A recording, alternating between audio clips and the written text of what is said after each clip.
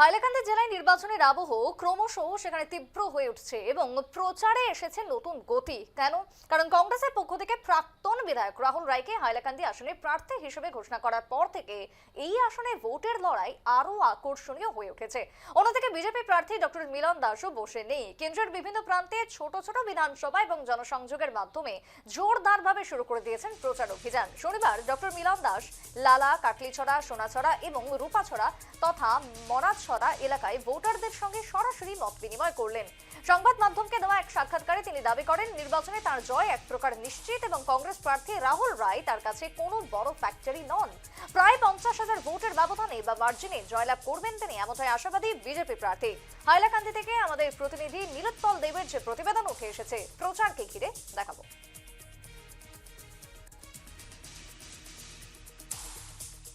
নিশ্চিতভাবে দেখা গেছে যে হাইলাকান্দি জেলার ভোট যুদ্ধ আকর্ষণীয় হয়ে পড়েছে এবং হাইলাকান্দি বিধানসভার আসনের বিজেপি প্রার্থী হচ্ছেন ডক্টর মিলন দাস, অন্যদিকে কংগ্রেস প্রার্থী হচ্ছেন ধনকুবের রাহুল রায় এবং বলা হচ্ছে কংগ্রেস এবং বিজেপির এখানে সরাসরি ভোট যুদ্ধ হবে। মিলন দাস রয়েছেন এখানে মোনাজরা অঞ্চলে, উনি প্রচার অভিযানে এসেছিলেন। ওনার কাছ থেকে সরাসরি জানতে চাইব, কোনো রাগঢাক না করে সরাসরি জিজ্ঞেস করছি, কত ভোটে জয়লাভ করবেন? এখন পর্যন্ত আমি 3টা মণ্ডলে গিয়েছি, আরও 2টা মণ্ডল বাকি আছে। এই 3 মণ্ডলের যে হিসাব, আমরা 50-এরও অধিক আমাদের মার্জিন আছে।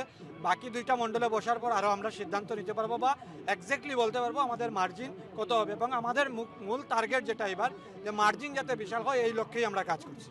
2021 সালের নির্বাচনে আপনি ঘোষণা করেছিলেন যে আপনার কাছে শুধু 29,000 টাকা সম্পত্তি হিসাবে আছে।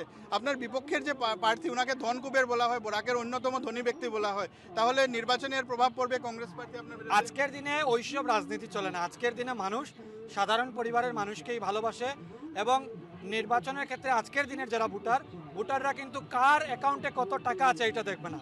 ভোটাররা দেখবে কোন পার্টি থেকে প্রার্থী এসেছে এবং ডেভেলপমেন্টের জন্য ওই দল কি করেছে।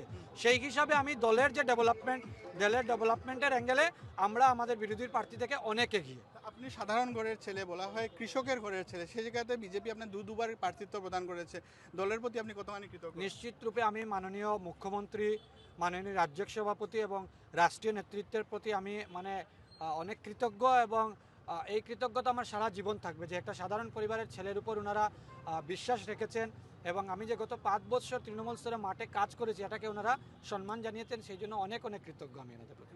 শেষ প্রশ্ন, কবে মনোনয়নটা জমা দিচ্ছেন এবং আমরা কাকে কাকে স্টার ক্যাম্পেইনার হিসেবে দেখবো আপনার প্রচারে? আগামী 23 তারিখ আমার মনোনয়ন জমা হবে, এবং এখন পর্যন্ত যোগী আদিত্যনাথজি আসবেন, এটা ফাইনাল হয়েছে মোটামুটি। আমাদের মাননীয় মুখ্যমন্ত্রী আমাদের এখানে জনসভায় আসবেন, এবং মনোজ তিওয়ারি, যাতে আমাদের বাগান ভোটারদেরকে প্রভাবিত করা যায়, তাদের সাথে যাতে কথা বলা যায়, মনোজ তিওয়ারি মহাশয় আসবে। ধন্যবাদ। আপনাদেরকে জিজ্ঞেস করছি, মিলন দাস কত ভোটে জয়লাভ করবেন? 50,000 বুথে। 50,000 65,000 বুথে রিটার্ন। দেখা গেছে যে মিলন দাস প্রচার করছেন এবং উনি আশা প্রকাশ করেছেন যে উনি বিশাল ভোটে জয়লাভ করবেন এবারের নির্বাচনে। ক্যামেরায় পার্থর সঙ্গে আমি নীলোৎপল দেব, নিউজ লাইভ বাংলা, হাইলাকান্দি।